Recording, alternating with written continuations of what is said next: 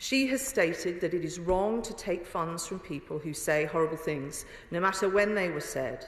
And when there is an issue, funds should be returned. She has been clear about that today, and she has said that that is the right thing to do.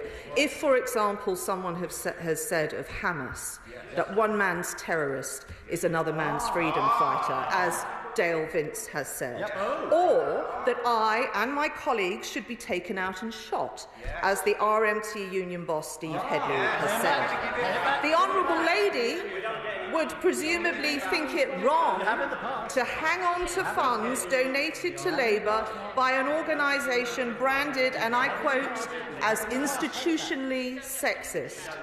I think that under Tom Roach's time as GMB Secretary-General, running, and I quote, a casting couch culture menacing young women in the union, the Labour Party took 12 million quid from him. Those three charmers alone, Mr Speaker, have contributed £15 million to the Labour Party, which presumably, immediately following this session, the Honourable Lady will demand is repaid.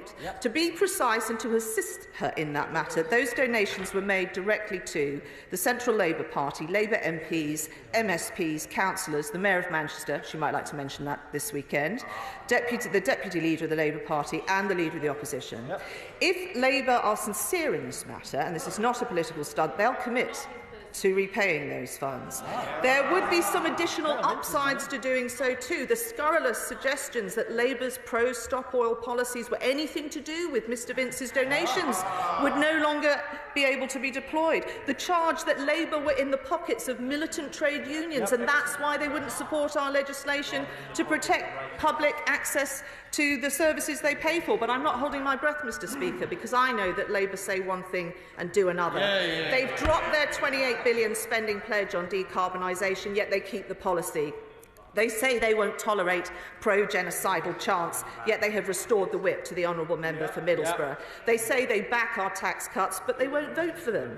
And as a consequence, they can't now say how they'd fund NHS appointments, breakfast clubs, NHS equipment, dentistry appointments, home installation, their own state-owned energy company, and their wealth fund. No amount of confected drama and virtue signalling can disguise the fact that it is the same old Labour Party, the same old hypocrisy and the same old games. This week, in the real world, outside the Westminster bubble, which is where we're focused, cancer deaths for middle-aged people are down by a third. Revised forecasts are showing the economy is growing. For the 8th month in a row, real wages are rising. Mr Speaker, the plan is working, unlike Labour's line of attack, and the honourable member for Broxbourne is very excited about it. Father of the House.